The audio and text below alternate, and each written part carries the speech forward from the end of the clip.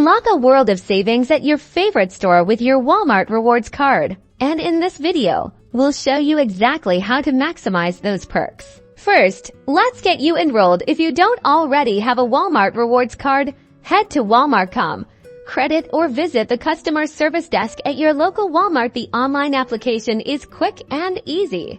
Once you're approved and start using your card, you'll earn rewards on your purchases. Look for specially marked items both in store and online that offer bonus rewards points. Keep an eye out for online promotions too. Tracking your rewards is simple. Log into your Walmart account online or through the Walmart app. You'll see your available rewards balance clearly displayed. Now for the best part, redeeming your rewards. You can redeem them directly at checkout, either in-store by scanning your Walmart Pay QR code or online by applying them during the payment process. Choose how you want to use your rewards, whether you want to apply them to your current purchase, save them up for something special later, or even redeem them for statement credits. With a Walmart Rewards card, you're not just shopping, you're strategically saving.